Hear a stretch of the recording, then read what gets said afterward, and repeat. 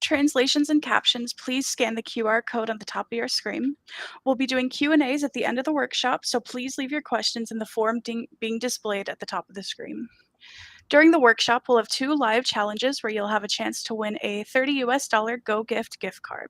1 gift card will be drawn for each challenge amongst the correct answers. Don't forget to scan the QR code on the screen when it appears. Winners will be announced after all Connect 2023 workshops are completed. Now I will hand it off to Duncan to talk about Game Fund Next Gen Tech. Hi, everyone. My name is Duncan, and today I'm very excited to talk to you about the latest and greatest with the Game Fund and some of the tech that's going into some of our projects and how developers are using it in a next-gen way. So I work on a team that's called the Content Expansion Team, and our primary our focus is the Game Fund. So we sit under developer relations, and that's the part of the org that we're a part of. Typically, an initiative like this you would see kind of in business development, but by virtue of how we're connecting and onboarding and just working with certain developers in the community to take part of Game Fund, we sit directly with DevRel, and we heavily utilize them to see forth these projects and to offer them the support with our neighboring colleagues. So shout out to everybody who helps us on these initiatives. So a little bit about myself. My role actually is the content acquisition manager. So a lot of what I do is outreach and onboarding and talking with developers that are on the platform already, but also reaching out to studios and developers who are not familiar with the platform, who haven't had experience yet with the platform, to show them the amazing bits of Roblox and take part in the Game Fund primarily.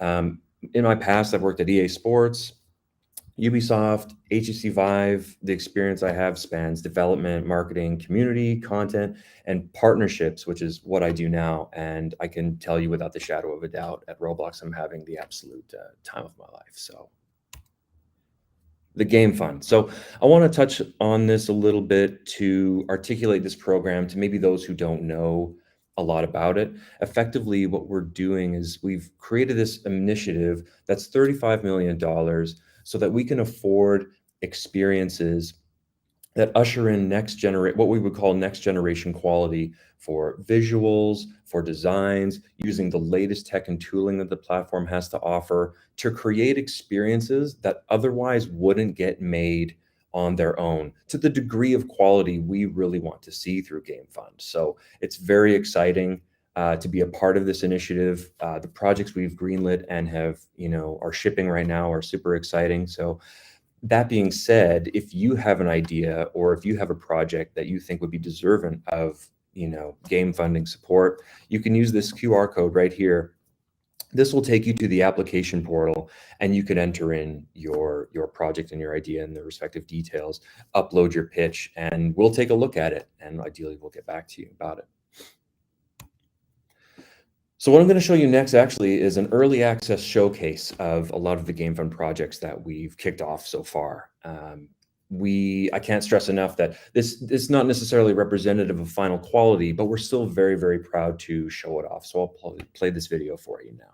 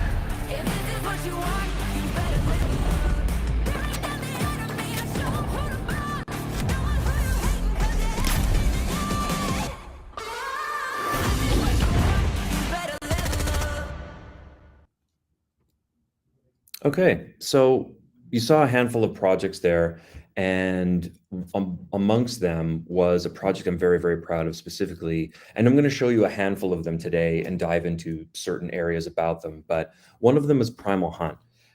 It's effectively a dinosaur hunting experience, which you're going to see this team doing things in ways of which you're really not seeing on the platform done at all, which we're very excited to celebrate. So this team is based in Austin, Texas. It's Phaser Lock Interactive, and they have primarily the body of their work is mostly in virtual reality. And so we were excited to take advantage of this opportunity to work with them to take the skills they've learned there and apply it to Roblox, an entirely different, necessarily a different flow for development, but to see what they could do with the Roblox platform. And what we found was, and we're going to talk about it soon here, is the degree of articulation, the degree of detail was much richer than what they've been used to in the past. So we've taken full advantage of that. And I'm going to talk a little bit about that now. So raising the bar beyond VR, I mean, what you're seeing here is a very small example of the degrees of detail of which you're going to be able to see in the experience. The way that this particular model, the way this T-Rex walks, runs, roars, animates in general, you can see the weight and everything stretching. You'd have to optimize very, very crucially to articulate these things in virtual reality. Whereas on Roblox, you're having one central build that you launch onto all devices, of which there is a lot of automatic optimizations, but of course, talented developers will go steps beyond that and to optimize further. So the degree of detail you're seeing here is something that we're really excited to showcase in this game. Avoiding the humanoids. So effectively, what Roblox Experience is utilized to articulate their characters is called humanoid. It's called other things in different engines that other developers are more familiar with. And I think that what this team realized was that to get the most articulation, if not just to get more articulation in the characters and in the models that they've put into this game, they would actually avoid using that system and create something custom surrounding that to get the utmost degree of detail. And this is exactly what we want to see with Game Fun Games. We really want people to break things, to push the boundaries and see where we can grow as a platform, where features we're missing, what we can do better to enable more developers to do more things to a higher level. So you'll see the Triceratops here, and what is a very sophisticated animation rigging system. If you're an animator or you're a rigger, you've seen many things like this before, but when you articulate these handles, these systems into Roblox, you know that there are challenges sometimes, and when you overcome them and you are able to produce something amazing, you'll get the gameplay of what you're about to see in here, and it's a lot of fun. Eventually, I'm going to show you a bit of a code so you can go play this experience today, join the groups, follow them, and follow their journey. So when I say we're looking to push the boundaries and break things, yes, that's absolutely what we want to do with Game Fun. But to deliver coherent experiences, you technically have to still live within them at the same time. So how can you push the boundaries of what's possible on the platform, but still live within them? And I call that performant modeling in this particular sense of when you're creating your characters, when you're creating your environments, your weapons, your props, from the biggest details to the smallest ones, are you pushing the boundaries as far as you can, but still able to play these experiences on perhaps less powerful devices? You're going to be able to play all these experiences on high-powered PCs without a problem. But a phone that's maybe 4 or 5 years old, are you still going to be able to enjoy this experience to the utmost degree? And that's what you're seeing here, is that when these developers are producing these experiences, they're making sure that these look amazing, feel amazing, and still perform amazing on all the devices. So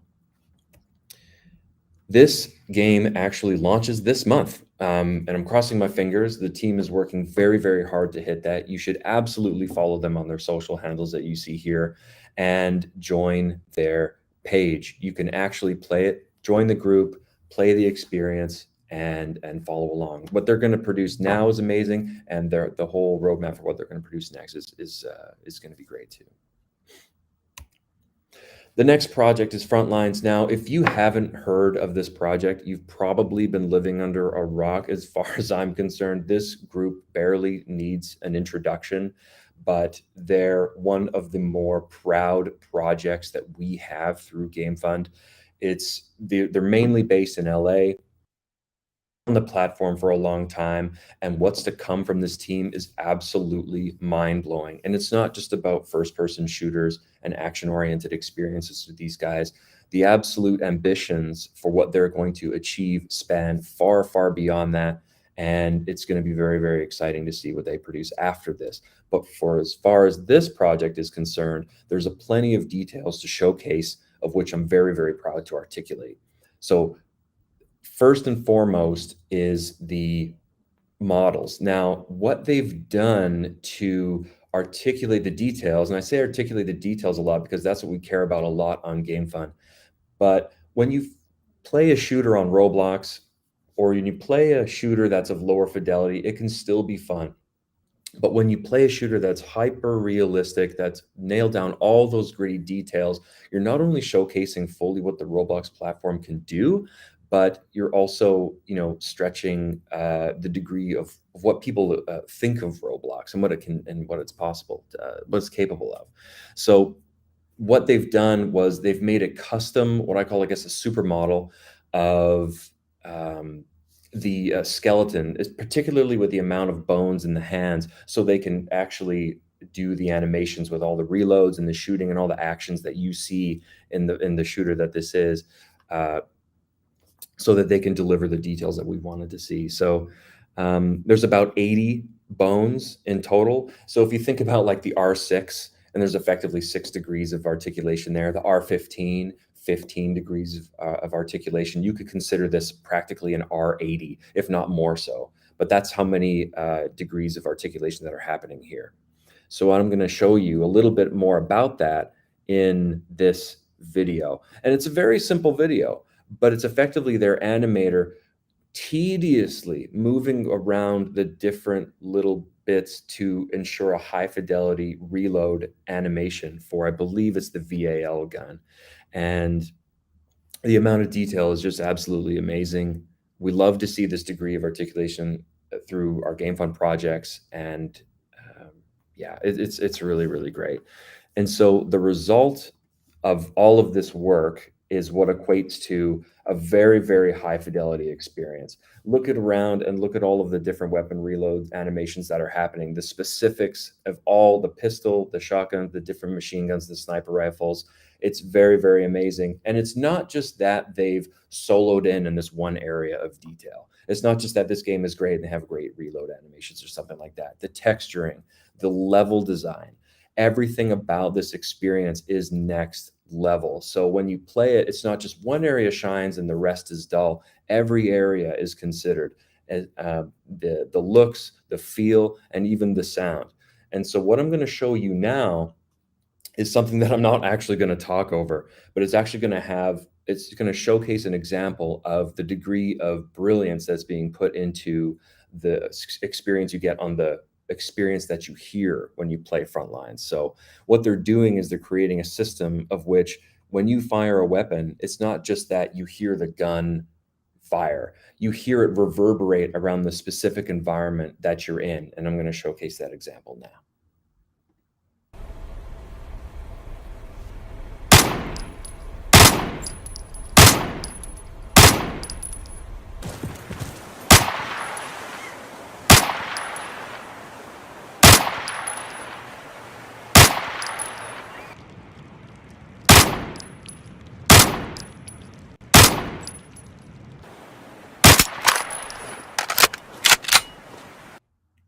I threw in the reload animation just for fun at the end because it's not just about guns firing. You hear the reload animation how many times in a given match, how many times in a given play session, right? And it's so crisp and it's so specific and it's so detailed. And I just want to give a shout out to the general pillar of quality that is sound itself and how the role that it plays in the quality that you get from high level, high fidelity experiences. So I'm not a big ASMR person, but I can't help but enjoy every aspect of when I do hear this experience when I play it, especially when everything's happening at once. It's amazing.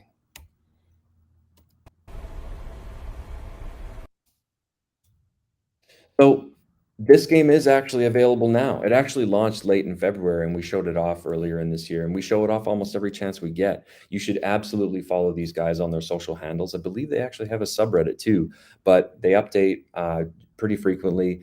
It's not only going to be about Frontlines, but it's about the quality of experiences they're going to deliver from this point, and it's well worth checking them out. And again, if you want to play it right now, you can scan this QR code right now to load it up in your browser, or just search for it on the platform later on. It's pretty easy to find. Last but not least, I'm very excited to showcase this experience. It's called Street Showdown. It is effectively a racing, driving, high fidelity tuning experience. You can liken it to Need for Speed Underground, but what this platform can deliver to the utmost degree. So the makers of it are Indie Box Studios. They're based in the UK, but they have people around the globe working on the team. This is the team that has made Tank Warfare. Now, that experience, this team has actually won Bloxy Awards, which are now called Roblox Innovation Awards, for their usage of tech. So when they approached us for working on or making a project for Game Fund, it was a pretty easy sell. We knew that this team was going to be able to deliver something that was unlike anything that this platform has seen before. And so we're very excited for this to finally come out. It's earlier in development, and so all the content, particularly with this experience, is not of final quality. But I hope that you do get a good glimpse into see what is to come. There are a few areas of which I'm going to articulate here, but the absolute core, I would say the absolute core of this experience is the driving aspect. When you play an experience on Roblox that is a driving or a racing experience and it feels clunky or it feels low quality, you realize it right away. It's not to say that that makes it more or less fun, but when you think about pushing the boundaries, which again is what we care very much about, then you really want more thought, more effort, more details put into that. And so I'm very excited to celebrate that aspect of this project. They very kindly allowed me to show the Roblox Studio view of some of the math and some of the details that are going into this project, and I'll be able to talk over what we're seeing here. This is basically a test playground that they've created for their dummy car, I guess you could call it. You can see the different aspects and the different areas of detail that they've focused on. The four boxes articulate the friction on the different wheels. You can see when the suspension bottoms out, there's thought put towards that. When you drive in this experience, there's not going to be an experience like this on the platform. And so we're very, very excited for what's to come with this. And we know that this team can do it. This team actually is comprised of some of the original Need for Speed programmers. And so that was another sell for this project, is that we knew there was going to be people not only with the core team, but the program that was going to go into this to bring forth something that we've never seen before. So this is really exciting. And that's just that's just the driving aspect. What you're going to be able to do on top of that aesthetically, which the activities you're going to be able to do, is also something that's going to be taken to the next level. I'm showing you here a very simplified version of what you're going to be able to do with some of the customization here and the personalization. When you're driving around this experience in this highly detailed world and you're meeting up with other people who are driving their vehicles, you're going to be able to meet with them and show it off in ways that are very specific and personalized to you. And that's just the aesthetic part that I'm pointing at. What I'm not showing you are the different performance upgrades you're going to be able to do. To take your car from a Class E and then upgrade it further from there is going to be very, very exciting. Huge shout out to the details that are being put into this experience that we're super, super excited for everyone to get their hands on. You'll see here in the fine tuning customization, there's barely a detail that's gone unrealized here. You're going to be able to customize the headlight temperature, the spoilers, the exhaust, the body kits, mirrors, hood scoops, a lot of those things that we came to enjoy in previous experiences where you can do a high level amount of customization. And this will be just the beginning. So very, very excited about this. Now, I say it's coming soon. We hope that this is going to come out by the end of the year, but if you follow them on their socials, you'll absolutely be up to date with when this is coming out. We have super, super ambitious plans for this, and we couldn't be more thrilled to work with this team. So at this point, I'm going to give some time for the team to publish the QR code for the first quiz, and I'll give 30 seconds now.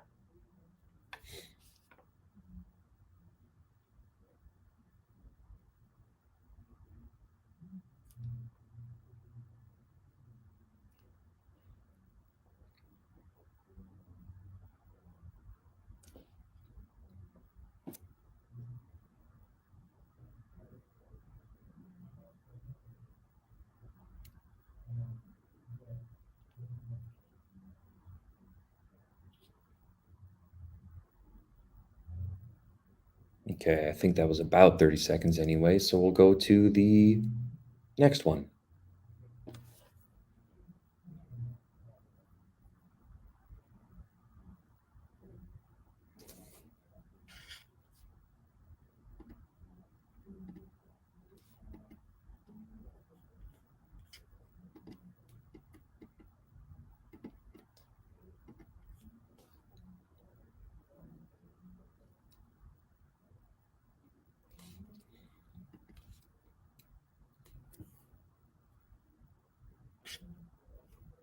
Okay, and I think that was about 30 seconds as well. So I'd like to open it up now to Q&A.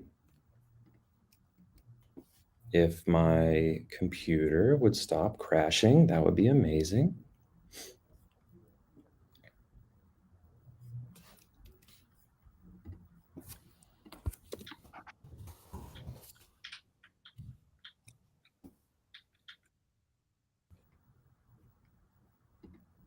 Hmm. Ah, there we go. Oh, finally unlocked. Sorry, guys. Okay, Let's awesome, put it back perfect. there. There we go. Awesome. All right. Thanks, Duncan. We're going to go ahead and get to the Q&As now. Everyone, please remember to send all of your questions in the form being displayed at the top of the screen. And we actually already do have some, so I'm going to go ahead and start. Our first question comes from Who's Trade, who asks, how many projects are there currently in the Game Fund program? Yes. So we have greenlit over 20 projects. And so all of those are being, well, and some have shipped and some are on the way. So this wave of production has been a lot to maintain. But we should be able to greenlight and produce some more projects before the fund has run out. And so yeah, we're very, very excited for those. And you can think about this, like we've seen over 1,000 pitches and project ideas through that very portal that I mentioned before. And so to narrow it down and to greenlight as many projects as we have has been great. Awesome. And our next question is from Svenix S, who asks, how should we make our pitch deck properly for the Game Fund? Do you have any tips? Oh, yes, actually, I really do. In fact, I have a PDF of bullet points that I say, these are the slides that you should include. And I hope in some way I can make that available. But if I were to just tell you right now what would be good, there's two philosophical questions that we need to answer when greenlighting any project. One, can this team do it?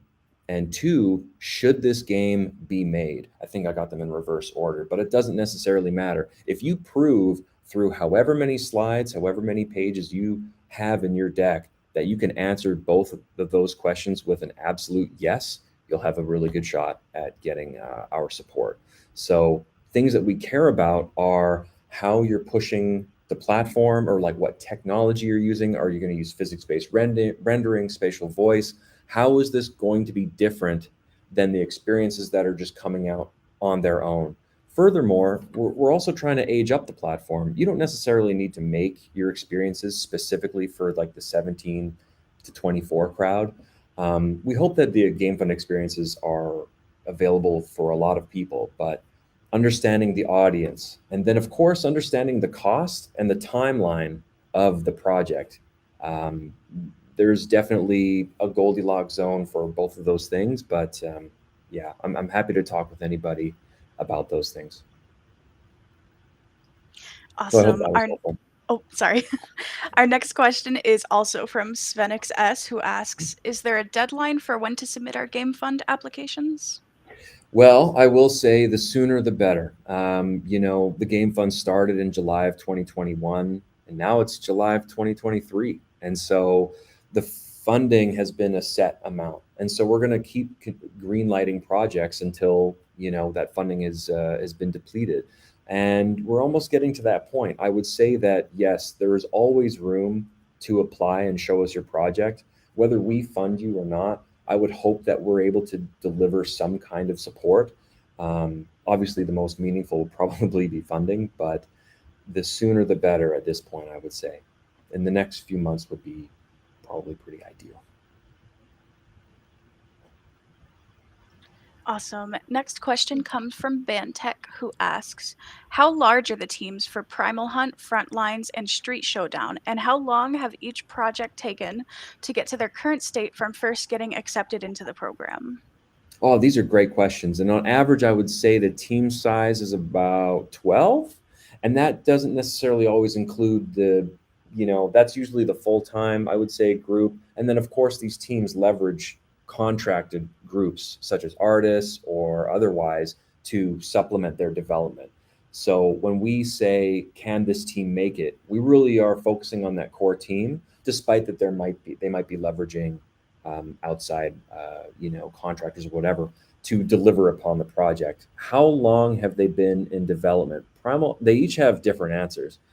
Frontlines was actually a prototype for a long time. And then we got in touch with them and said, hey, this is something that maybe we can take to the absolute next level. So I think they had been working on the prototype for about a year, maybe longer than that. And then they worked on it for another maybe year and a half to get to the point to where it is now, which is launched. So we would think, and then I'll say for Primal Hunt 2, that one's been in development for about a year.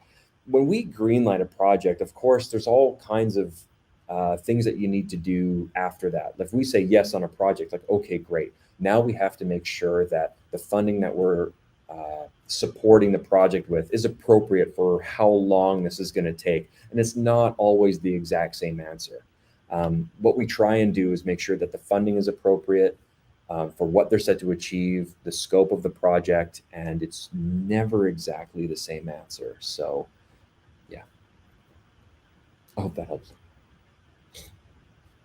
Cool. And our next question is from Super Blee Blee 882, who asks, could smaller devs get into the game fund, or do you need connections or be a very well established group or team?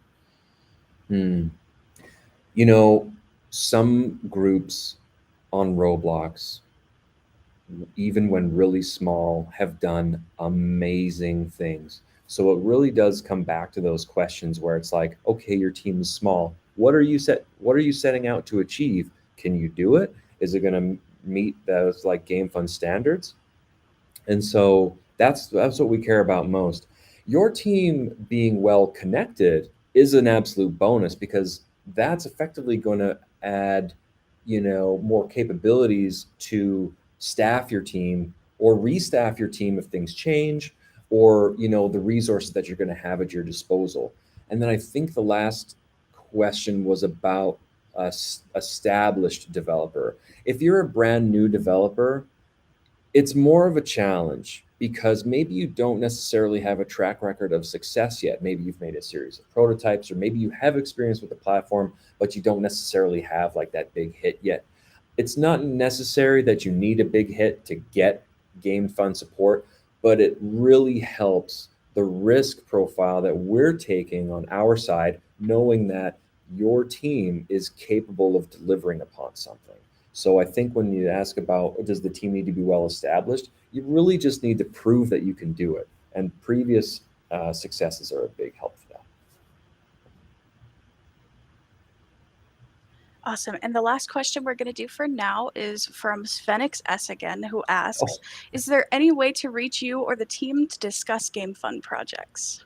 yes, there absolutely is. The DevRel team is very connected in the community, and I'm not super shy about giving out my email because the application portal basically leads directly to me. I would use the application portal for submitting your pitch, and then provided that we think this is something that we can take to the next level to get this reviewed and to start circulating feedback, we would then be able to reach out to you. So, yeah. That'd be great. Cool. All right. We are going to go ahead and wrap up now. Thanks again, Duncan. This is a wrap for this workshop. So stay tuned for our next workshop, which will be Environment Design and Optimization on July 20th at 8 a.m. PST. Cool. Thank you, guys.